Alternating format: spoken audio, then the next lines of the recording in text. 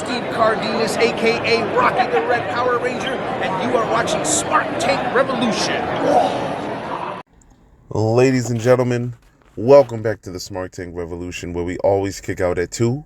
I am your host, the benevolent, intelligent Mr. Donnie Wonderful, a.k.a. Big Time Donnie, and I am recording in the car on yet another road trip.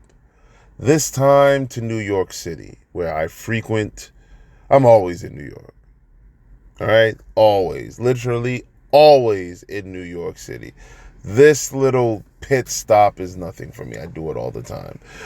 But I really wanted to pull over here and get this thought off my chest when it comes to professional wrestling / sports entertainment. Now, and by the way, there's also a reason why I pulled over. You know, I mean, I love sharing these thoughts with you guys, but it's clearly not the only reason. I didn't just pull over just to talk about wrestling, but even though it's fun to do. But you see, I remember saying to someone defending wrestling, I remember saying, hey, listen, if wrestling is so fake, I'm going to explain to you why I love it. And I'm going to tie that into how I look at matches and what makes them good to me, what makes them great to me, and why it seems like I'm able to relate more so to the wrestling of yesteryear. And I'm able to relate to the modern product that's all across the board. I mean, like I can watch TNA. I'm sorry, Impact. I can definitely watch that as well because I'm just a fan. Or we're Marks or Smarks, as the channel indicates. But I find myself yearning for the days of my childhood, my nostalgic childhood. And even then, in the 90s, in the early 90s, that was still kind of sports entertainer-ish or esque. You know, you had crazy gimmicks. I would say it was real gimmick heavy, especially on the WWF side at the time. And that's where it all started for me. I didn't pick up on the AWAs, the NWAs, Mid-Atlantic, Mid-South. I didn't get a chance to get abreast on those companies until YouTube. And man, Memphis, oh God, that's some good stuff. That's some really good stuff. And occasionally, on ESPN Classics, they used to play some of the old Jerry Jarrett. Damn it, I can't remember. I can't remember, but I know wherever Jerry Jarrett was running and wherever he was booking shows and wherever he had television rights to, ESPN Classic played that a couple times. But I remember, obviously, WCW. So there was WWF and WCW at the time. And I remember in 1993, when Jim Cornette came to the WWF and he brought over the Heavenly Bodies. And you guys go on YouTube and you can see the debut when Jim Cornette shows up on Raw and Bobby Heenan really marks out for him. And to see how Bobby Heenan acted when he saw Jim Cornette, and to even have Vince McMahon, who was on commentary. By the way, that color commentary combination was really good too. Vince was excellent at the commentary booth, in my opinion. But that's neither here nor there, and we're not going to digress so far because I do go on tangents, as you all know.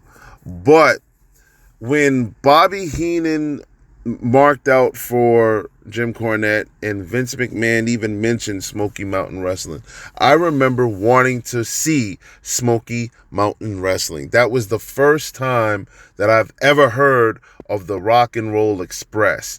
And I've No. Come to think of it, no. Yes, it was.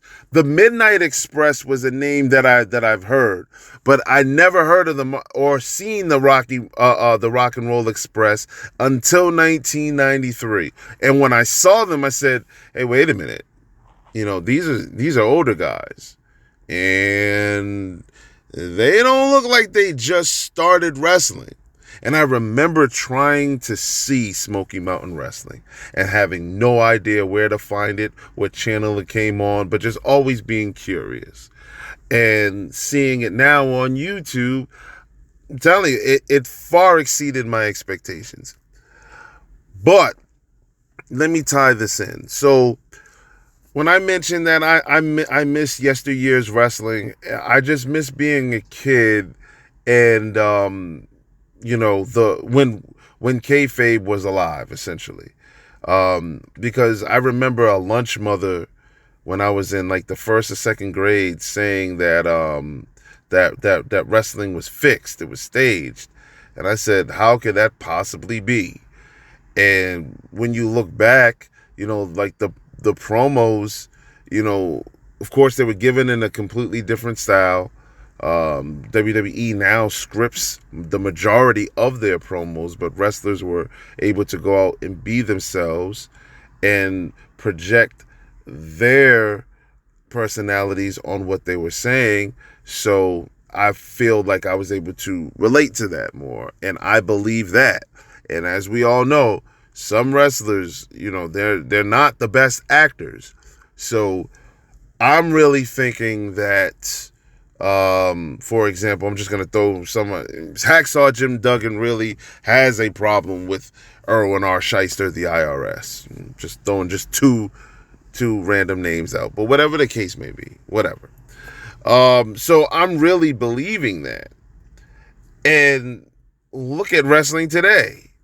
The toothpaste has been squeezed out of the tube. We all know that it's a work. We all know that it's contrived. We all know that it's staged or whatever the case may be.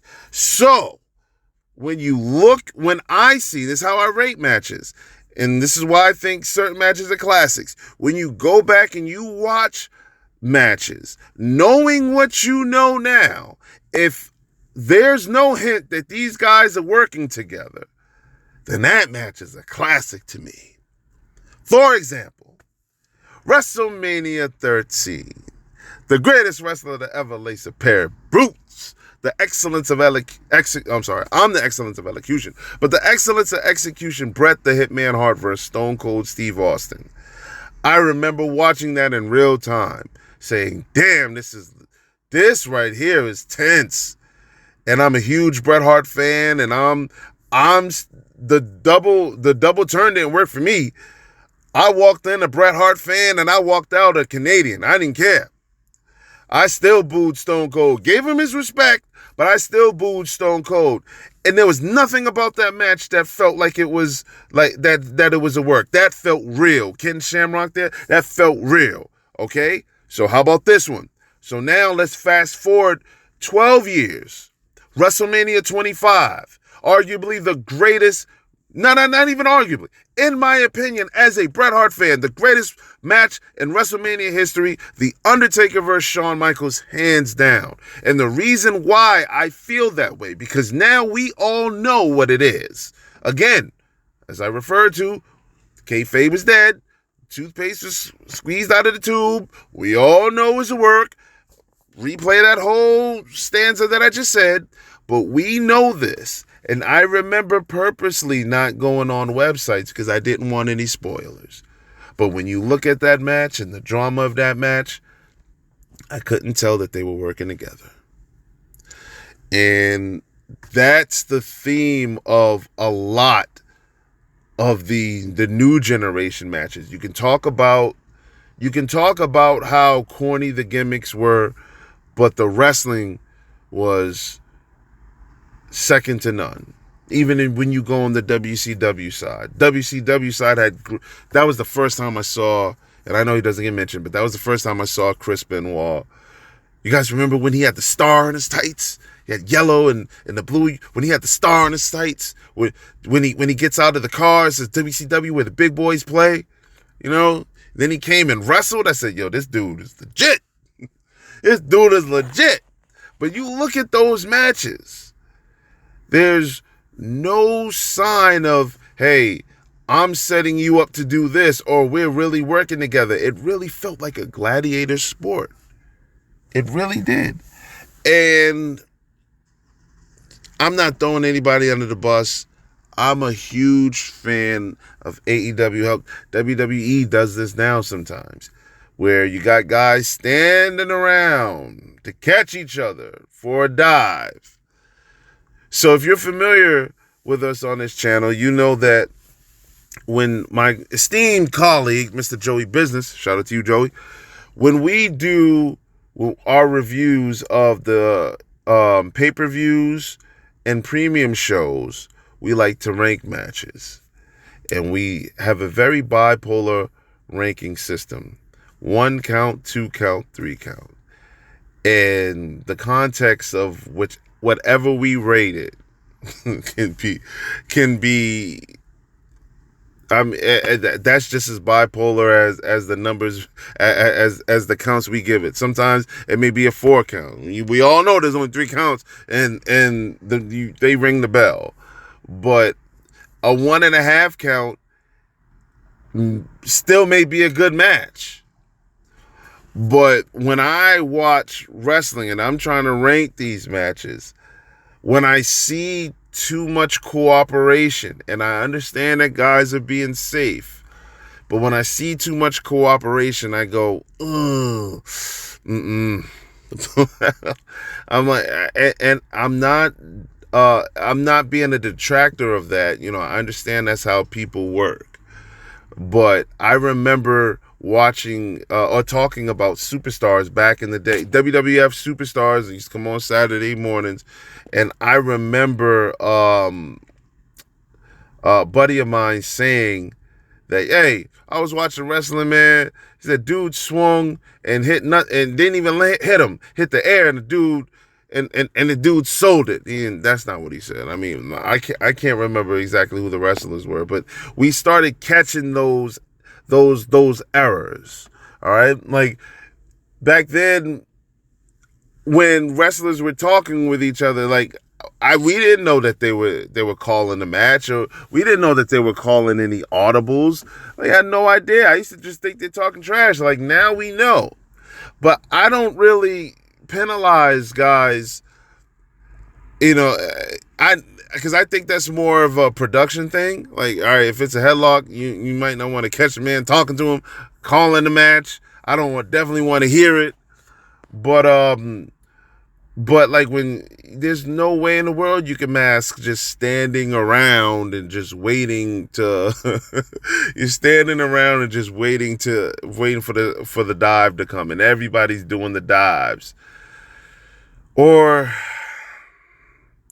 you know what? I gotta penalize the Young Bucks. I'm a huge fan of the Young Bucks. But but Double or Nothing, the super kick with the exploding boot or whatever.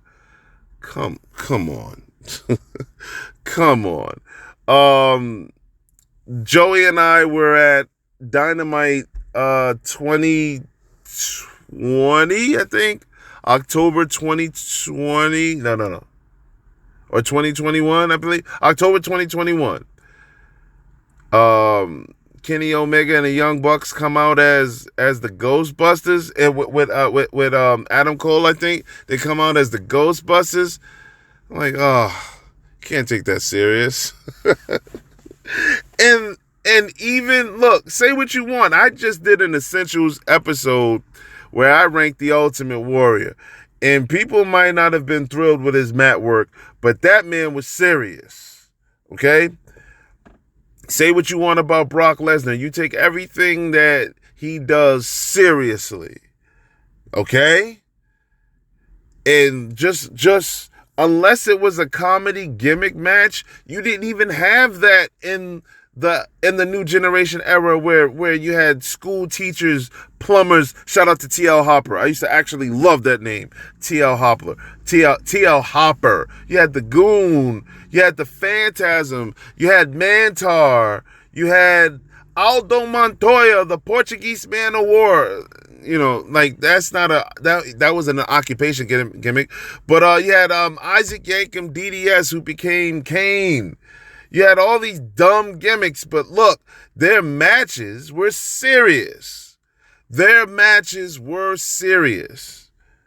Okay? Like and that's why you can go back and you can look at it. It may be boring. It may not reflect the fast-paced style that we're used to seeing now. But it made sense. Go back and watch The Stalker. Go back and watch Skinner. Go back and watch, let me think, who else is, go back and watch Mantar in action, you know? You know what I'm saying? Like that style and what they were doing then, it made sense to the gimmick. You know, they worked around the gimmicks they were given. Go watch Duke the Dumpster Droese. And that's not knocking any of these guys. I'm just saying, like, the era of wrestling back then, even in that era where the gimmicks were corny, they were still at least attempting to stay true to the pure essence of protecting the business. Now, you got guys doing all types of cutters, and it's just a lot of the stuff that we ooh and ah about, especially those high spots in AEW. The only way they get executed in a manner which gives us the oohs and ahs is if both guys are cooperating with each other. And I'm just saying, like, back in the day, you didn't have that as much. And even if you did, it didn't look like it was a contrived spot. That's all I'm saying. That's all I'm saying, but I think I ranted enough. I'm going to get back on the road. I hope you all enjoyed this little tangent of mine, and let me know what your thoughts are. Engage with us in the comment section. Let me know if you agree with me, and if you disagree with me, roast the hell out of me in these comments. We can go back and forth. Come on. I can take it. But nevertheless, thanks to all our new supporters and subscribers, and for all the ones that have been here. We're close to getting 1,000, and I promise you, we're going to keep content coming more consistent. We enjoy doing this. On behalf of my colleague, Joey Business, I'm Donnie Wonderful. To the next one.